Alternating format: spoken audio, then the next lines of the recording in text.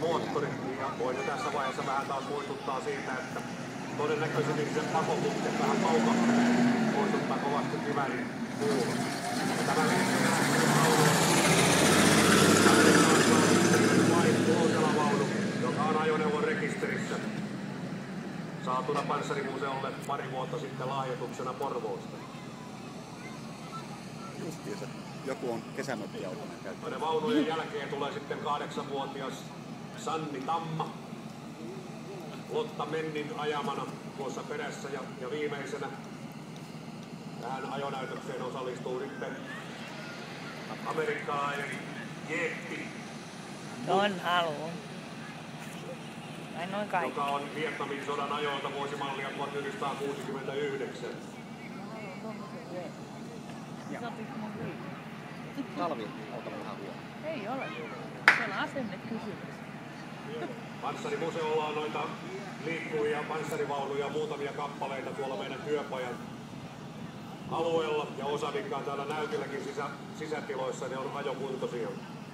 Niitä käytetään vielä tänä päivänä muun muassa panssariprikaatin tietyissä isommissa paraateissa ja sitten myös dokumenttielokuvien ja muidenkin elokuvien tekemiseen.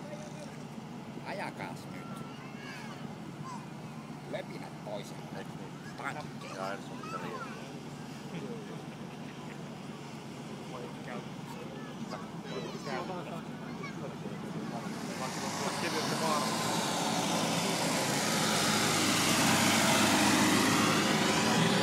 Moottoripyöräkin tuolta välissä.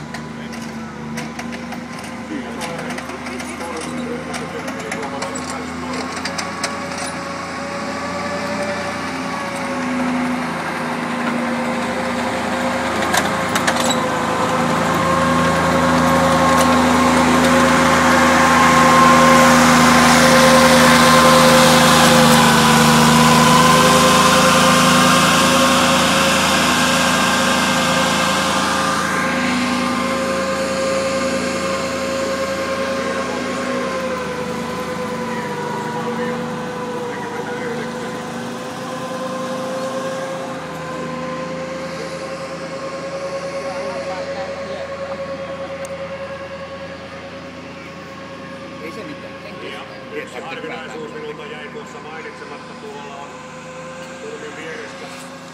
Meillä on tuollainen keltainen Kübelwagen,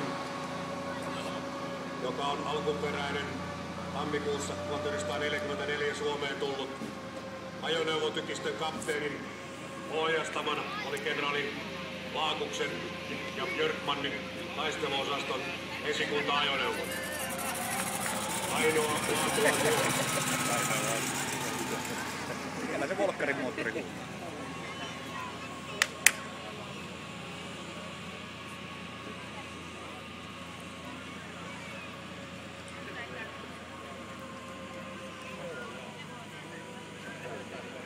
Ja nyt Sanni Tamma sai täällä liikkeelle lähtökäskynä, tulee siitä kohta samaa reittiä.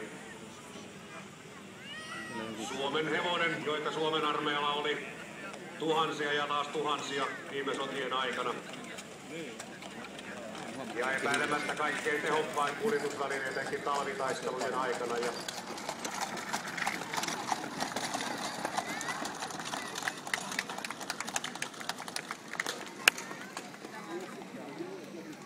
Sotka ei lähde käyntiin.